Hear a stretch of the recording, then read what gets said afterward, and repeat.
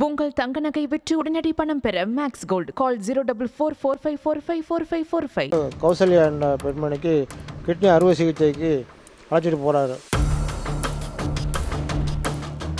செலவு காசு தானே, நீ சும்மா தானே வீட்டில் இருக்கிற, நான் முந்தைய பெயிண்ட் அடிக்க போயிட்டு இருந்தேன். இந்த பெயிண்டிங் வயசு 60 ஆகி போச்சு, அதனால் வேலைக்கு போக முடியறதில்லை. அதனால் வீட்டில் இருக்கிற சும்மா இருக்கிறப்ப என் கூட வா.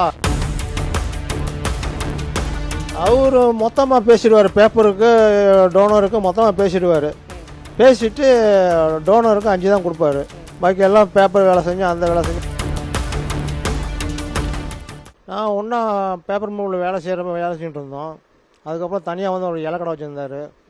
அதுக்கப்புறம் ஒரு கோயம்புத்தூரில் லோகநாதன்ட்ட வேலை செஞ்சு நிறையா கிட்னி புரோக்கராக இருந்தார்.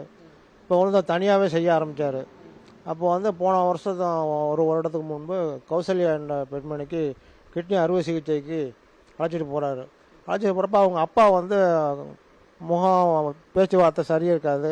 அதனால் என்ன அவங்க அப்பா மாதிரி இருக்கிறதுக்காக அவங்க அப்பா பேர் சீனிவாசன், அதனால் என்னுடைய பேர் மோகன், என்னுடைய மோகன்கிற ஆதார் கார்டை வந்து சீனிவாசன் மாற்றி அவர் யூஸ் பண்ணிக்கிட்டார். அவங்க மதுரை கமிட்டியில் கேட்பாங்க, அப்போ நீங்கள் சொல்லுங்கன்னாரு. ஆனால் கமிட்டிக்கு இதெல்லாம் தேவையே படலை, போகாமே பண்ணிக்கிட்டாங்க. சரி, இப்போ ஆனந்தன் வந்து எப்படி உங்களுக்கு தெரியும் உங்கள் ஆதார் கார்டை கேட்குறாரு அப்படின்னா எது மாதிரி கேட்டார்? இப்போ ஆதார் கார்டு யாருமே டக்குன்னு எடுத்து கொடுக்க மாட்டோம், நீங்கள் எப்படி அது இது பண்ணீங்க? செலவு காசு தானே, நீ சும்மா தானே வீட்டில் இருக்கிற, நான் முந்தைய பெயிண்ட் அடிக்க போயிட்டு இருந்தேன். இந்த பெயிண்டிங் வயசு 60 ஆகி போச்சு, அதனால் வேலைக்கு போக முடியறதில்லை. அதனால் வீட்டில் இருக்கிற சும்மா இருக்கிறப்ப என் கூட வா, தினக்கூலியாக ஒரு 500 ரூபா தரேன் அப்படின்னு சொல்லுவாங்க. சரி, இப்போ ஆனந்தனோட முழு நேர வேலைனா என்ன வேலை நடைபெற்று இருக்குது? ஒரு முழு நேர வேலைன்னா முதியோர் பணம், அந்த ரேஷன் கார்டு அட்ரஸ் மாற்றுறது, புதுசாக ரேஷன் கார்டு வாங்கி தர்றது, வருமானம், இருப்பிடம், ஜாதி சான்று வாங்கி தர்றது, மெயின் இந்த வேலை தான். பாக்கி இந்த இதெல்லாம் சில்லற வேலை. சரி, இப்போ இவர் ஒருத்தங்க வந்து கிட்னி விற்கிறாங்க அப்படின்னா இவர் எது மாதிரியான ஆவணங்கள் எல்லாம் ரெடி பண்ணுவார்? இதில் உங்களுக்கு எப்படி தெரியும்? நான் ஒரு கூடயே இப்போ போயிட்டு வந்துட்டு இருக்கிறதுனால தெரியும். அதாவது ஒரு முந்தியெல்லாம் இது போல் கண்டிஷன்லாம் கிடையாது. இப்போ வந்து வருமான சான்று, பேங்க் பேலன்ஸு, அதாவது இது எவ்வளோ அமௌண்ட் அவங்க வரவு செலவு பண்ணிகிட்டு இருக்காங்க. அப்புறம் தாசில்தார்கிட்ட கையெழுத்து, அதாவது பேஷண்ட்டுக்கும் டோனருக்கும் என்ன உறவு முறை, குடும்ப நண்பராக, உறவு முறையாக, சொந்தமான்ட்டு ஒரு அந்த லோக்கலில் உள்ள மணியக்கார், கிராம நிர்வாக அலுவலர், வருவாய் ஆய்வாளர், தாசில்தார் 3 பேர் விசாரணை செய்து அது ஒரு சர்டிஃபிகேட் கொடுக்கணும். அந்த சர்டிஃபிகேட்டில் வந்து இவருக்கு இந்த மாவட்டத்தில் வசிக்கிற பேஷண்ட்டுக்கு இந்த மாவட்டத்தில் வசிக்கிற இவர் ஒரு குடும்ப நண்பர் அல்லது உறவு முறை அப்படின்னு கொடுப்பாங்க. அப்புறம் வந்து அந்த லோக்கல் ஸ்டேஷனில், அவங்க வசிக்கிற லோக்கல் ஸ்டேஷனில் சர்டிஃபிகேட், குற்ற வழக்கு இல்லைன்னு ஒரு சர்டிஃபிகேட்டு, இது மாதிரி ஏகப்பட்ட சான்றெல்லாம் கேட்பாங்க.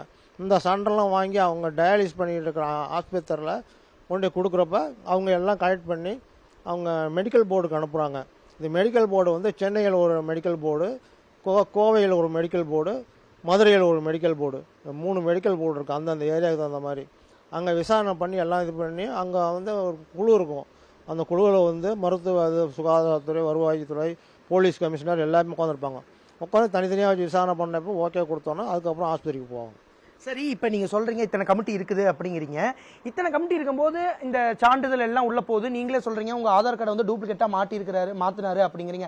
இதெல்லாம் உங்களுக்கு எப்படி இதாகும் உள்ள விசாரணையிலும் போது? விசாரணை என்ன கூப்பிடவே இல்லையே, வெளியே உட்கார வச்சுருந்தாங்க. கூப்பிட்டா உள்ளே போங்க அப்படின்னாங்க.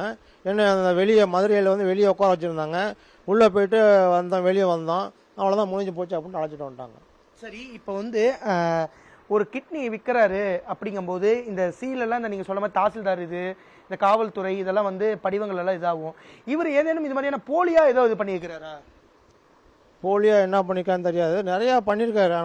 ஆனால் ஸ்டேஷனில் அதாவது ஆன்லைனில் தான் போட்டு எடுக்க முடியும். இந்த வெரிஃபிகேஷன், இந்த போலீஸ் வெரிஃபிகேஷன்லாம் ஆன்லைனில் போட்டு எடுக்கிறப்போ அவங்க கூப்பிட்டு விசாரணை பண்ணுவாங்க. விசாரணை பண்ணுறப்போ அவங்க போலீஸ்காரங்கள்ட்ட அவங்க இதுக்குன்னு சொல்ல மாட்டாங்க. வேறு ஏதாவது வேலைக்கு போகிறேன், அதாவது செக்யூரிட்டி வேலைக்கு போகிறேன், சமையல் வேலைக்கு போகிறேன் வெளியூருக்கு, அவங்க கேட்குறாங்க அப்படின்னு சொல்லி அவங்க ஓகே பண்ணணும். அதை எங்கே ஆன்லைனில் இசேவை மையத்தில் அப்ளை பண்ணாங்களோ அங்கேயே போய் ஓகே ஆனதுக்கு அங்கே சர்டிஃபிகேட் எடுத்துக்கலாம். சரி, இவர் ஏதாவது அந்த முத்திரைகள், சீல் கட்ட அது மாதிரியான போலியான தயாரிச்சிருக்காருங்களா? சொல்லியிருந்தீங்க. இல்லை, அவர் செஞ்சுருக்காரு, ஆனால் எங்கே செஞ்சாலும் தெரியல. ஈரோடுன்னு சொன்னார், ஆனால் எங்கே செஞ்சார் என்னன்னு தெரியாது. இது மாதிரி போலியான முத்திரைகளை தயாரிச்சிருந்திருக்கு நிறையா தெரியுது, நிறையா, 1-2 கிடையாது, நிறையா. எது மாதிரியான முத்திரைகள் தயாரிப்பார் உங்களுக்கு தெரிஞ்சு?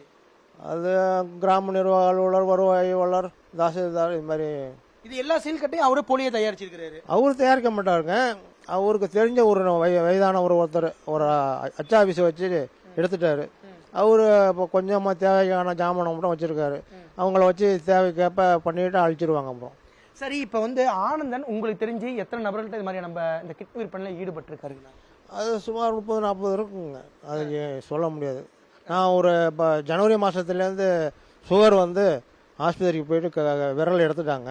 அதுலேருந்து பழக்க வழக்கம் இல்லை நம்மளுக்கு. அதனால் நம்ம வீட்டில் தான் மெடிக்கல் இருந்துட்டு இப்போ ரெஸ்ட்டில் தான் இருக்கிறேன் வீட்டில். சரி, இப்போ ஒருத்தங்க கிட்னி விற்பனை பண்ணுறாங்க அப்படின்னா அவங்களுக்கான எவ்வளோ தொகை இந்த ஆனந்த் புரோக்கர் ஆனந்தன் எவ்வளோ தருவார்? அவர் குறைந்தபட்சம் அவருக்கு எவ்வளோ கமிஷன் எடுத்துக்கு வராது சம்மந்தமாக? அவர் மொத்தமாக பேசிடுவார். பேப்பருக்கு டோனருக்கு மொத்தமாக பேசிடுவார். பேசிட்டு டோனருக்கு 5 தான் கொடுப்பாரு. பாக்கி எல்லாம் பேப்பர் வேலை செஞ்சு அந்த வேலை செஞ்சு இந்த வேலை செஞ்சு எல்லாம் அவர் தான் எடுத்துக்குவார்.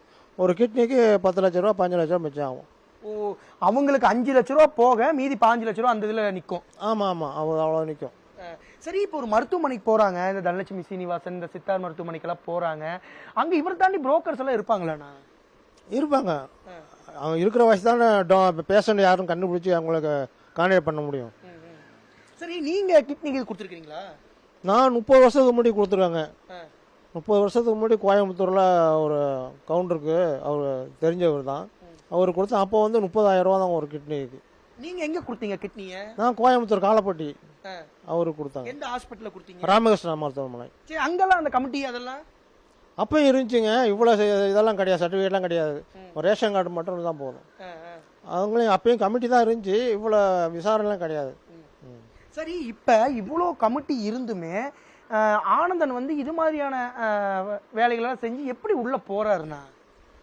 உள்ளே போகிறோம். அவருக்கு இதே பழக்கமாகி போச்சு. எதாக இருந்தாலும் காசு இருந்தால் அவன் வெளியே வந்துடலாம் அப்படின்னு ஒரு தைரியம். பேஸ் பண்ணிக்கலாம். கட்சி வேறு இருக்கு. அதனால அசால்ட்டான பேச்சு வார்த்தைகள். யாராக இருந்தாலும் காசு கொடுத்து வேலைக்கு வாங்கிடலாம் அப்படின்ட்டு ஒரு தைரியம். உங்கள் தங்க நகை விற்று உடனடி பணம் பெற மேக்ஸ் கோல்டு கால் 04445454545. செய்திகளை உடனுக்குடனும் துல்லியமாகவும் தெரிந்து கொள்ள சப்ஸ்கிரைப் பண்ணுங்க.